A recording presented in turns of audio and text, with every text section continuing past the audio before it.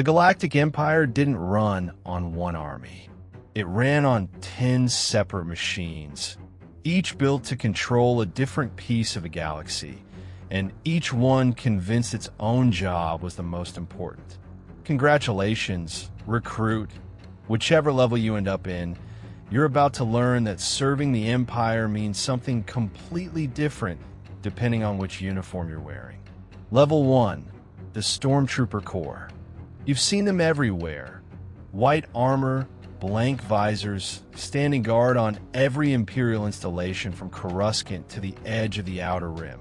The Stormtrooper Corps started as an evolution of the clone army, before the Empire quietly phased out cloning in favor of cheaper, faster conscription. Here's the thing nobody advertises. That armor isn't built for comfort or even real protection.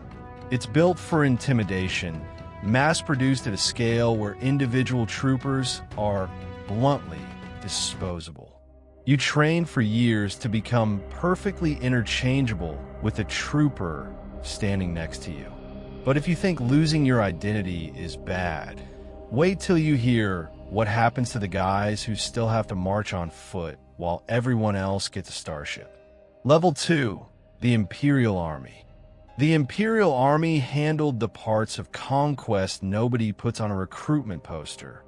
Armored walkers, artillery divisions, planetary occupation forces holding entire star systems under martial law, one muddy trench at a time.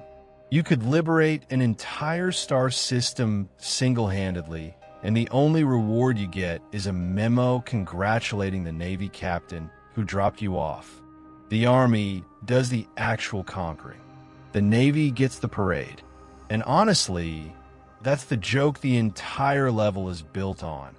You can win the war on the ground and still lose the credit in orbit. But if ground troops get overlooked, wait till you hear what the guys in the cockpits get instead of paycheck. Level 3, the Starfighter Corps. TIE pilots wash out at a brutal rate before anyone even sees a cockpit. And the ones who make it get handed a fighter deliberately built without shields or a hyperdrive, a cost-cutting decision dressed up as an elite pilot flex.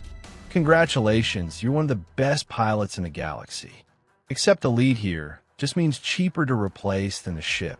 The Empire trained its sharpest instincts and armed them with the thinnest hull in the fleet.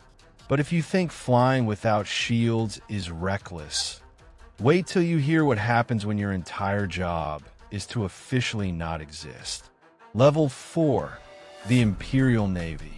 Above every ground campaign sits the Navy, Star Destroyer captains, and fleet admirals who look down on entire planets from orbit and mistake that view for invincibility. Command of a single Star Destroyer means thousands of crew and enough firepower to level a city without asking permission first. Ask any admiral who served under Grand Moff Tarkin how that confidence actually worked out.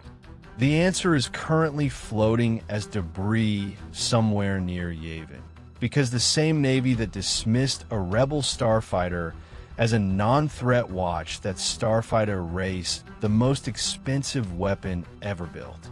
And speaking of things that officially don't exist, that's exactly the next level. Level 5, Imperial Intelligence. Behind every Imperial victory that looked effortless, there was usually a quieter level making sure it stayed that way. Imperial Intelligence handles espionage, infiltration, and the disinformation that keeps entire sectors compliant without a single trooper firing a shot. You don't wear a uniform anyone recognizes. You don't get parades, medals, or even an official record most days. What you get is deniability, because when an operation goes wrong, there's no rank above you willing to admit you were ever sent in the first place. Imperial Intelligence watches the galaxy. The next level watches something much closer to home. Level 6, the Imperial Security Bureau. The ISB doesn't watch enemy systems. The ISB watches the man standing next to you at dinner. That's a very different kind of fear. Not the fear of a foreign spy, but the fear that your own dinner conversation is currently being written down by someone who used to be your friend. This level monitored Imperial officers themselves, hunted internal dissent, and operated with an authority so broad that even high-ranking officials lived quietly afraid of an ISB file with their name already inside it. Loyalty to the Empire doesn't protect you here. It just means you have more to lose when the file gets opened.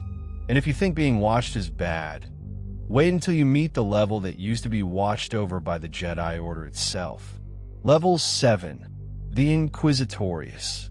Formed specifically to hunt down Jedi survivors after Order 66, the Inquisitorius was staffed by former Jedi themselves, fallen, broken, or forced into serving the very empire that annihilated their order.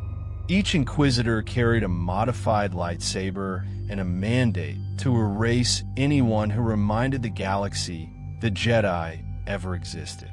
This might be the darkest level on this list, because it isn't built on soldiers following orders. It's built on survivors turned into hunters of their own kind, kept in line through fear of Darth Vader, who outranked every Inquisitor and reminded them of it personally, whenever he felt like it. But while the Inquisitors were hunting the remnants of the past, the next level was busy brainwashing the future. Level 8, COMPNOR. The Commission for the Preservation of the New Order, COMPNOR for short, handled propaganda, youth indoctrination, and cultural enforcement across Imperial territory. This is the level that made loyalty to the Empire feel like something to be proud of, starting with children who never got the chance to question it. You'd think propaganda is the least dangerous level on this list. It is not, because every other level here needed recruits, and COMPNOR is the one manufacturing willing volunteers out of entire generations raised to admire the uniform before they understood what it cost.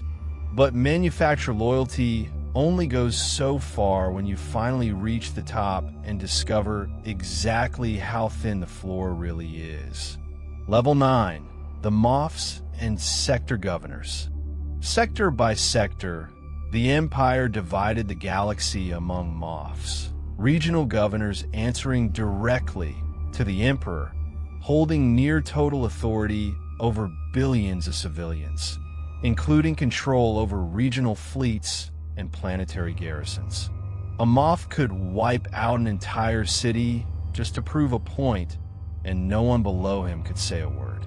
Yet the same man who could level a city without blinking still trembled the moment the Emperor's hologram flickered to life in front of him. Real power, real fear, both at the same time. And if you think that's dangerous, wait until you meet the men standing close enough to hear the Emperor's every word in person. Level 10, the Emperor's Inner Circle.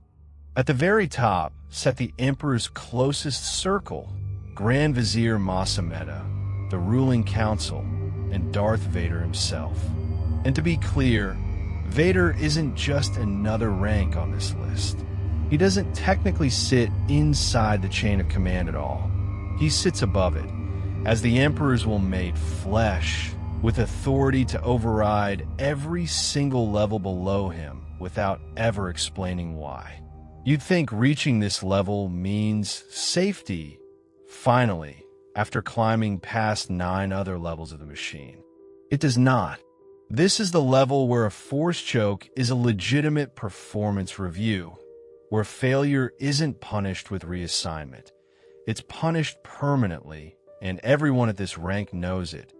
Every single day they report for duty. 10 levels, 1 galaxy. And every single one of them, from the trooper standing guard on a random outpost to the vizier standing beside the Emperor's throne, existed for exactly one purpose: keeping one man's will intact across 1,000 systems that never actually chose him. And honestly, Maybe that's the real through line connecting every level on this list. The Empire didn't need you to believe in it. It just needed you to be too afraid, too replaceable, or too indoctrinated to ever stop and ask why you were serving it in the first place. So here's the question worth sitting with. If you were forced to join one of these levels just to survive, which one would you choose? Tell me in the comments.